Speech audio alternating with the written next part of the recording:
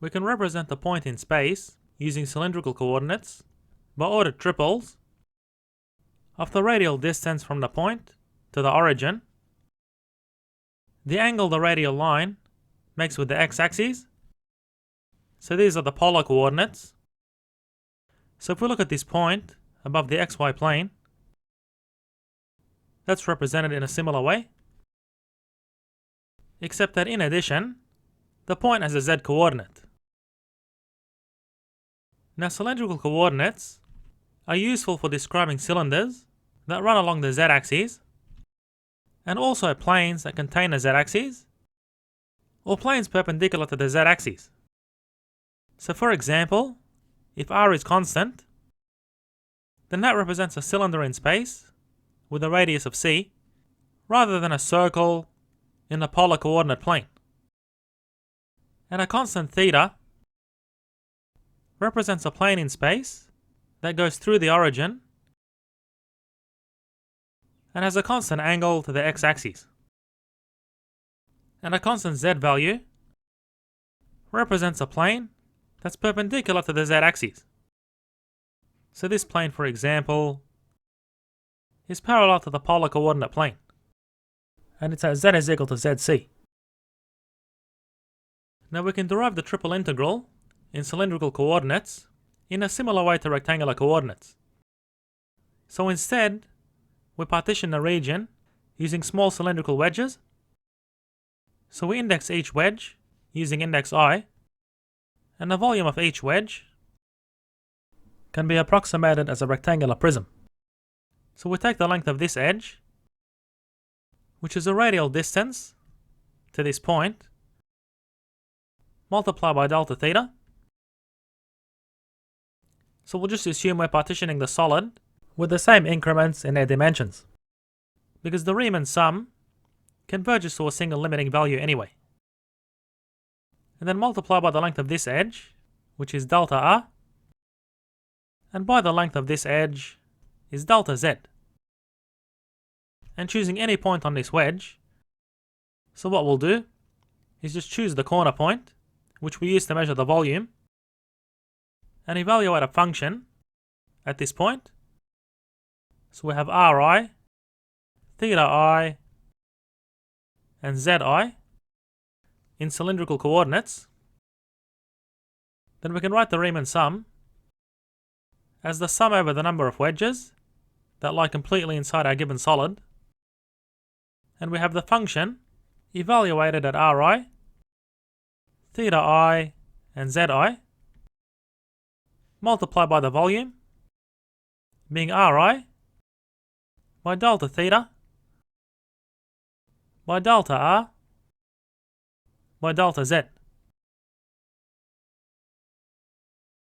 And now if we take the limit of the Riemann sum as the number of wedges goes to infinity, then these wedges become more and more rectangular, and this approximation of the volume is reasonable. So what we end up with is the triple integral of our function of the cylindrical coordinates r, theta and z, integrated over the volume of the solid. And again we can evaluate this as an iterated integral. So we have the triple integral of the function of the cylindrical coordinates, and our differential volume element in this case is r dz dr d theta. So this is the integral over the volume of our solid region. So as we can see, this is similar to the double integral in polar coordinates, except we have an additional integral over z. And again, using Fubini's theorem, these integrals can be evaluated in any order. So for example, over r, then z, then theta. And as we know, when we do a change of variables from Cartesian to cylindrical coordinates, we have the Cartesian coordinate x is r cosine theta. So for example, looking at this point, that's our coordinate along the x-axis. And then y is equal to r sine theta. So that gives this coordinate. And z is equal to z. So the cylindrical coordinate z is exactly the same as in Cartesian coordinates. And taking the square of both sides, we get r squared is x squared plus y squared. And similarly, tan of this angle theta is equal to y on x.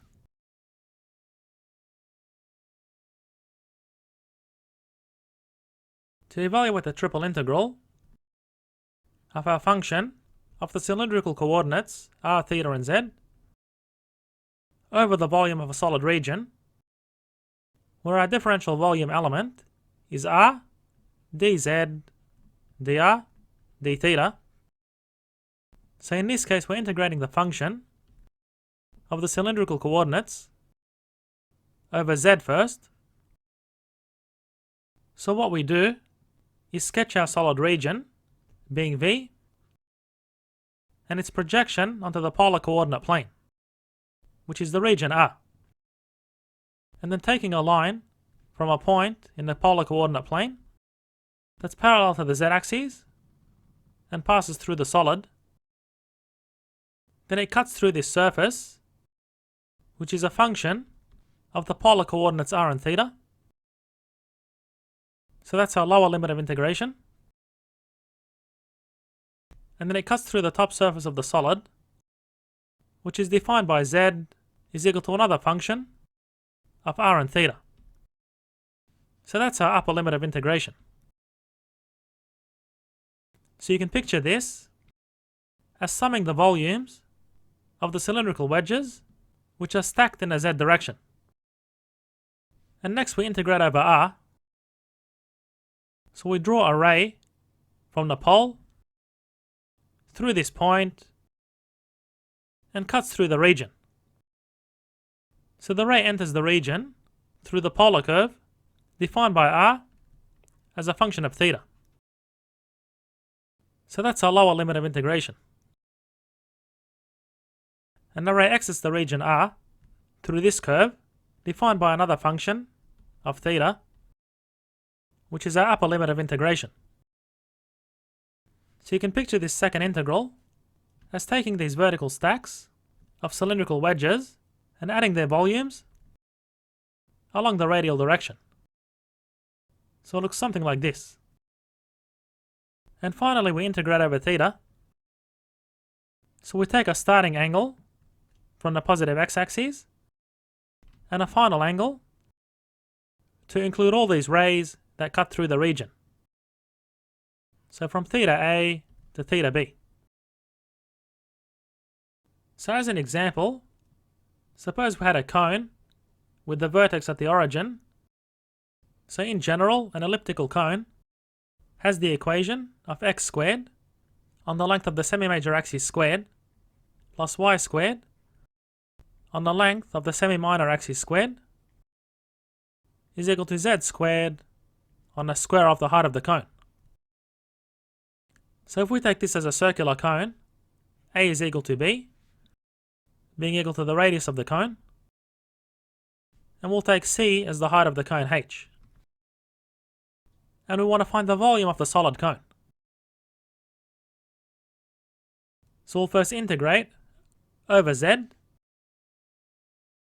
So the first limit of integration is the equation of the lower surface, which is given by this equation. So if we solve this equation for Z, we get H on R by the square root of x squared plus y squared. So we took the positive root because this describes the cone that's lying above the xy plane. So in cylindrical coordinates, that's equal to H on R by R, which is our lower limit of integration. And this line exits the upper surface of the cone, which is defined by the plane z equals h at the height of the cone. And next, integrating with respect to r. For our simple case, where the vertex of the cone is at the origin, then the projection of the cone onto the polar coordinate plane is the circle centered at the origin. So here we integrate from r equals 0 to the point where the ray from the origin exits the region. which is at the radius of the cone. And finally, integrating over theta, we integrate from theta equals 0 to 2 pi, and that gives the volume of the cone.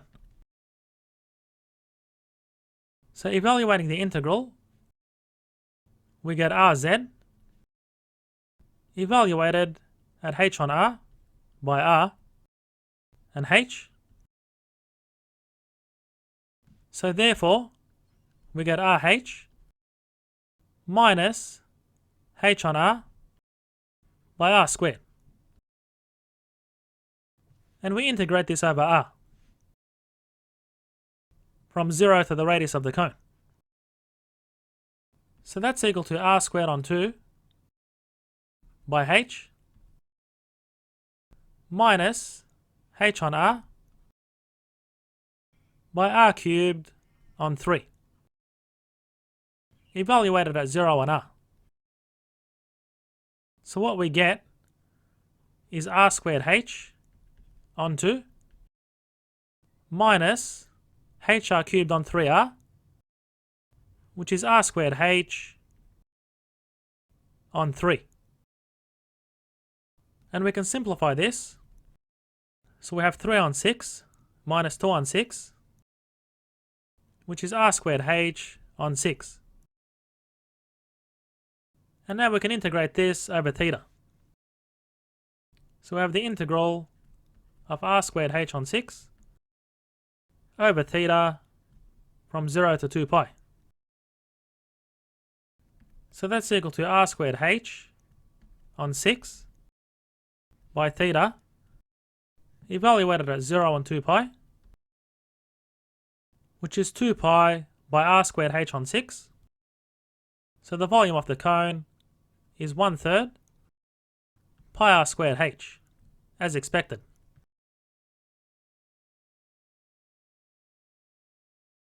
Find the volume of the region bounded by the right circular cylinder with a base given by r is equal to 3 sine theta, which lies in the xy plane, and the top bounding surface is given by the plane minus y plus z is equal to 3. So using this polar equation, when the angle from the positive x-axis is 0, r is equal to 0, and when theta is equal to pi on 2, so r is in the direction of the y-axis, then r is 3. So the base of the cylinder looks something like this. And using the equation of this plane, when y is equal to 0, z is equal to 3, and when y is equal to 3, z is equal to 6. So that gives 2 points on the plane, where the normal of the plane points in the negative y and positive z direction. So our top surface of the solid looks something like this. So we'll first integrate with respect to z, and drawing a line parallel to the z-axis through the solid, the line enters the solid at z equals 0 and exits the solid through the top surface given by the equation of the plane, which we can solve for z to get 3 plus y, and y is equal to r sine theta in cylindrical coordinates. So we have 3 plus r sine theta. And next we integrate over r. So we draw a ray from the pole through the base, being the projection of the cylinder onto the polar coordinate plane. So this ray enters the planar region at r equals 0 and exits the planar region through this curve, given by r is 3 sine theta. And then we integrate over theta to include all these rays that cut through the planar region. So we take theta is equal to 0, and when theta is equal to pi, we go around this circle once. And that gives the volume of the solid. So evaluating the inner integral, we get r multiplied by z, evaluated at z equals 0, and 3 plus r sine theta. So that gives 3r plus r squared sine theta. And now we integrate this over r from 0 to 3 sine theta. So we get 3r squared on 2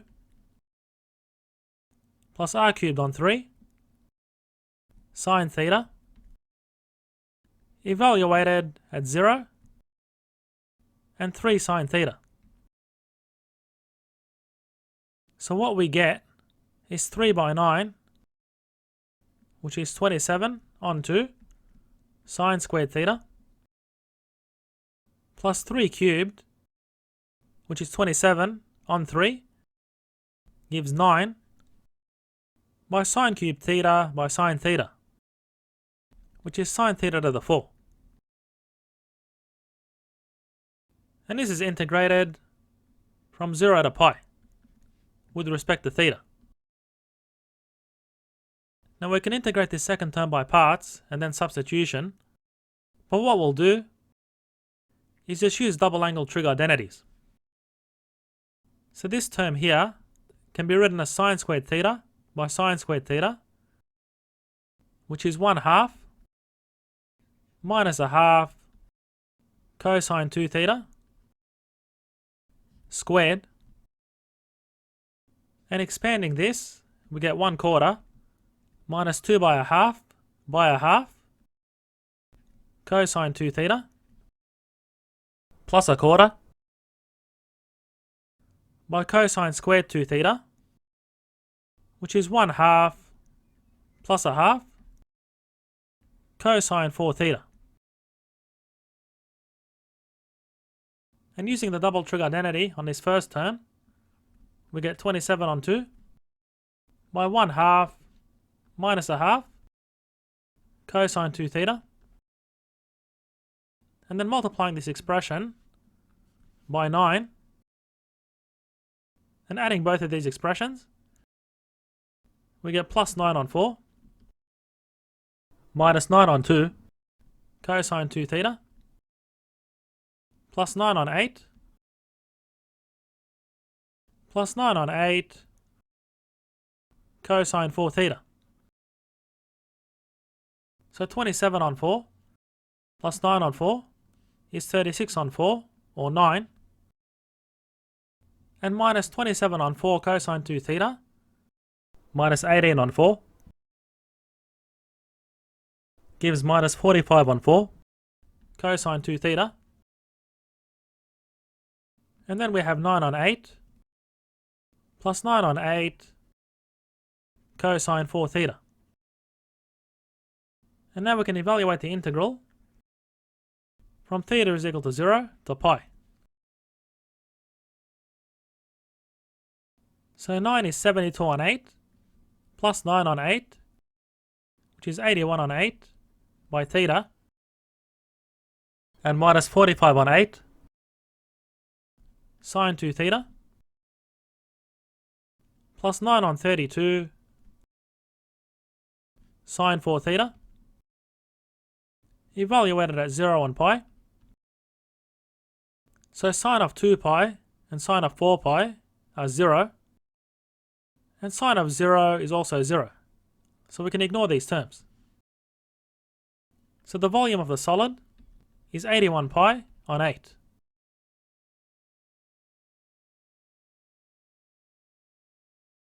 Let's find the volume integral for the region that's bounded above by the sphere, below by the xy plane, and on the sides with a cylinder of radius 2.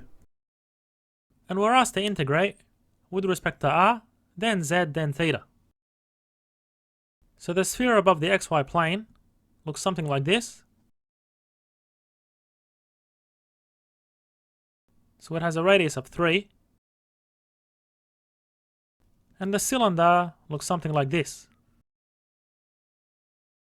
So this is our solid inside the cylinder and bounded above by the sphere. So to integrate first with respect to r, we need to take a ray from the z-axis in the radial direction through the lower part of the solid, and another ray from the z-axis through the upper part of the solid, being the spherical part. So we need to evaluate the volume integral piecewise. So first, looking at the lower part of the solid, the ray starts from the origin and exits the surface of the cylinder, given by the following equation. So x squared plus y squared is r squared in cylindrical coordinates, and that's equal to 4. So that gives r is equal to 2. And for this upper part of the solid, the ray starts at r equals 0 and exits the surface of the sphere, given by the following equation. So x squared plus y squared is r squared plus z squared is equal to 9. So turning this equation around for r, we get r is equal to the square root of 9 minus z squared. So that's our upper limit of integration. And next we'll integrate with respect to z. So for the lower part of the solid, we integrate from 0 to where the cylinder intersects the sphere. So if we substitute x squared plus y squared is equal to 4 in the equation of the sphere, then we get 4 plus z squared is equal to 9, and therefore z is plus or minus root 5, and we take the positive root above the xy plane. So we integrate from z equals 0 to root 5. And then for the upper part of the solid, we integrate over z from z equals root 5 to z equals 3. And finally integrating over theta. In both cases, if we look at a ray in the xy plane, to include all these rays that cut through the solid, we integrate from theta equals 0 to theta equals 2 pi. So if we add these two integrals together, we get the volume of the solid.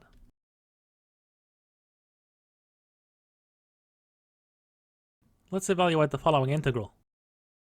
So integrating over theta first, we get r squared sine theta plus 2r theta, evaluated at theta equals 0 and pi. So sine pi is 0, so we have 2 pi r, minus r squared sine 0, which is 0, minus 2r by 0. And then we integrate this result over z from z equals r minus 2 to the square root of 4 minus r squared. So what we get is 2 pi rz evaluated at r minus 2 and the square root of 4 minus r squared. So that gives 2 pi r by 4 minus r squared to the half minus 2 pi r by r minus 2. And then we integrate this result over r from r equals 0 to 2. So we can evaluate the second part of the integral easily, and the first part can be evaluated using u substitution. So we set u is equal to 4 minus r squared, and therefore du is minus 2r dr. So if we substitute into this integral, we get minus pi by the integral of u to the half over u. So when r equals 0, u equals 4, and when r equals 2, u equals 0. So we get u to the power of 3 on 2, which is 2/3 u to the 3 on 2, evaluated at u equals 4 and 0. And that's multiplied by minus pi. So that gives 0 minus 16 on 3 by minus pi, which is 16 pi on 3. So that's this part of the integral. And now evaluating the second term as a separate integral, we get minus 2 pi r cubed on 3 plus 4 pi r squared on 2. And that's evaluated at r equals 0 and 2. So that gives minus 16 pi on 3 plus 8 pi. So combining the results, we get 16 pi on 3 minus 16 pi on 3 plus 8 pi. So the integral evaluates to 8 pi.